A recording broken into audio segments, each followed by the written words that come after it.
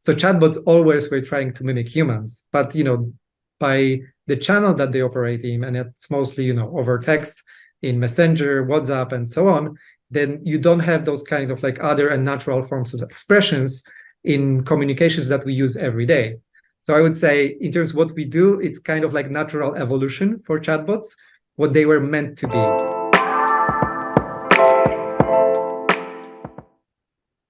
All right, Chris. Before we begin, which one am I talking to? You in the glasses or the guy in the white shirt behind you?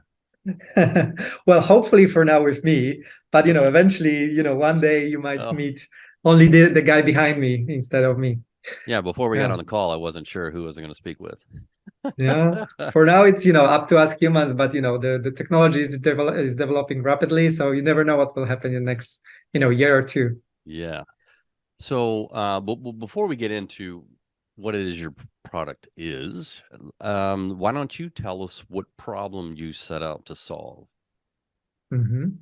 So we solve the problem basically of human and AI interaction, and actually, the matter of interface being much more humane and usable for a regular person, being elderly or young, disabled, and so on. So usually, when we try to approach any kind of technology, we have some sort of interface. There are better ones and worse ones that eventually no one knows how to operate with. And there is an interface that everyone knows and learns since birth, and that's a human. In our case, it's a digital human, and that's the main and primary would say function of what we do, the virtual beings, what the virtual beings are about, and the issues that they can potentially solve, which eventually scales to other verticals as well. So you're a technology provider working with others that take your technology and put it in this use or that use or that use. Yeah, if finding an analogy, it's like being a WordPress for building websites. We are kind of like a technology framework for creating conversational interfaces. You probably heard about like ChatGPT already. Those AI models, they are becoming smarter, and there is more and more people using them every day. And for now, you only can use them in the form of text, which is not always accessible and not that fast and smooth for most of us. And yeah, well, you can actually turn conversational AI into talking avatar that will speak back to you and also, display some sort of gestures as well. So both verbal and non-verbal communication.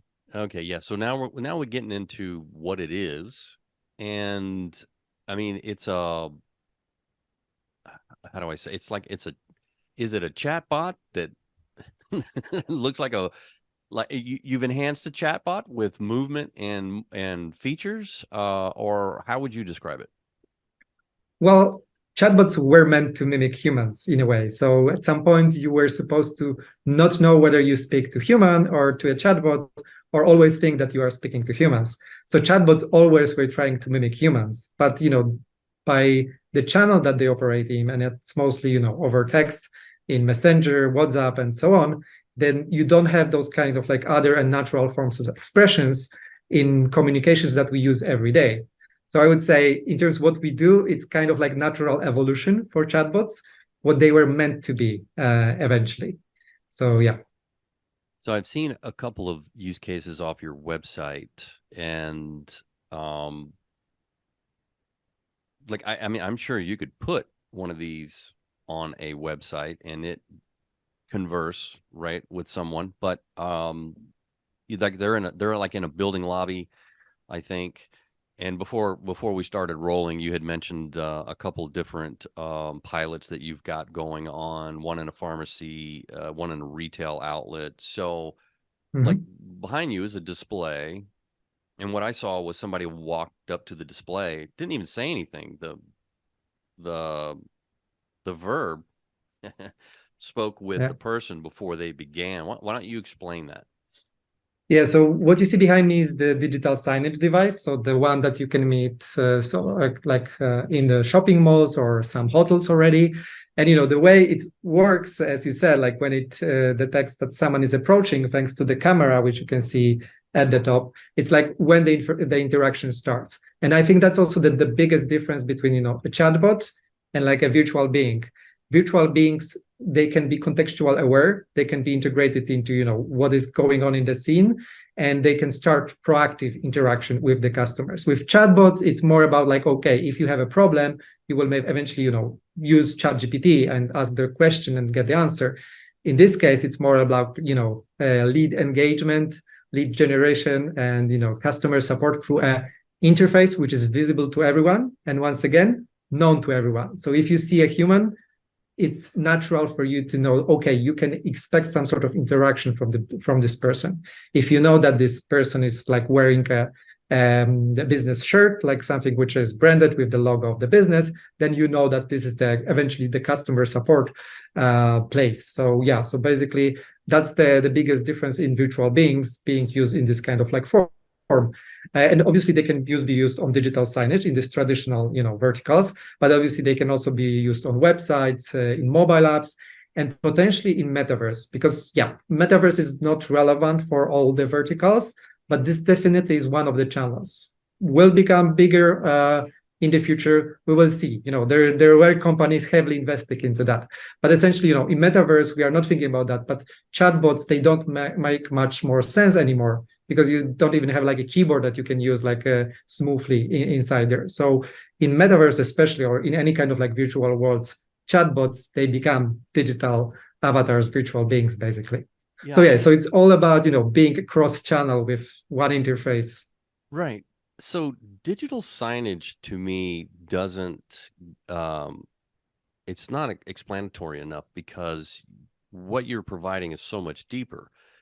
For instance, if you've got one of these in a hotel lobby and, you know, the front desk is busy and you're walking through the lobby and you've got a question and you see the Virbe display, you know, and somebody walks up to it, I mean, it'll interact with you. I mean, you can ask it, you can get pretty broad, right? I mean, so without getting too far into the weeds and losing us, the back end of that. Hi there. How are you? Oh, there you go. Kind of explain the back end of it in that use case. I'm in a hotel lobby. I want to know when the restaurant's open. I want to know, you know, what concert halls down the street or whatever. Mm-hmm. Talk to me about that.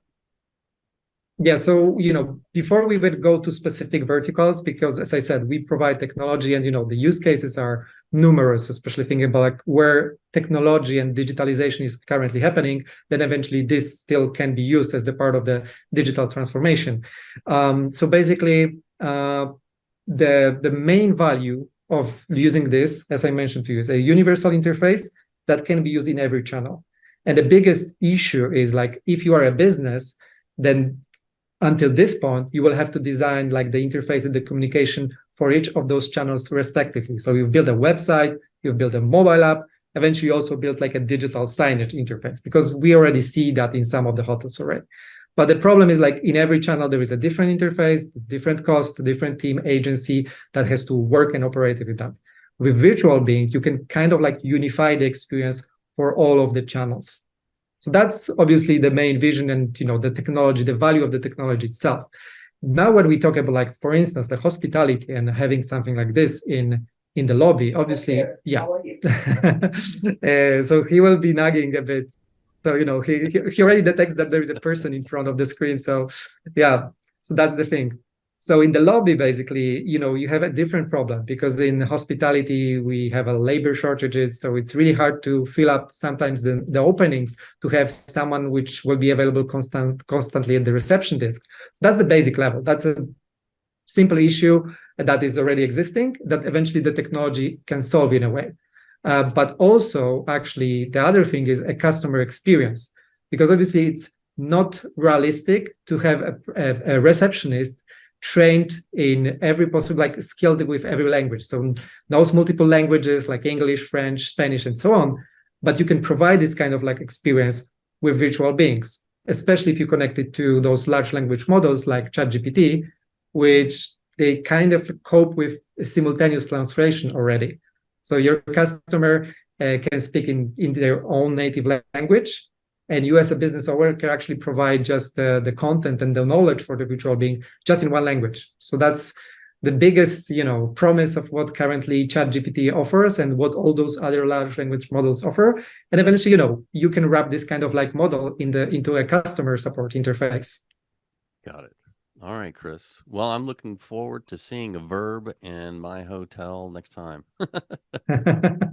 Which one is it? Maybe, there is a potential here. And I got 6 right down the road. Let's go see if we can make a deal. Yeah. Well, thank you for spending time with me, Chris. Okay. Thank you.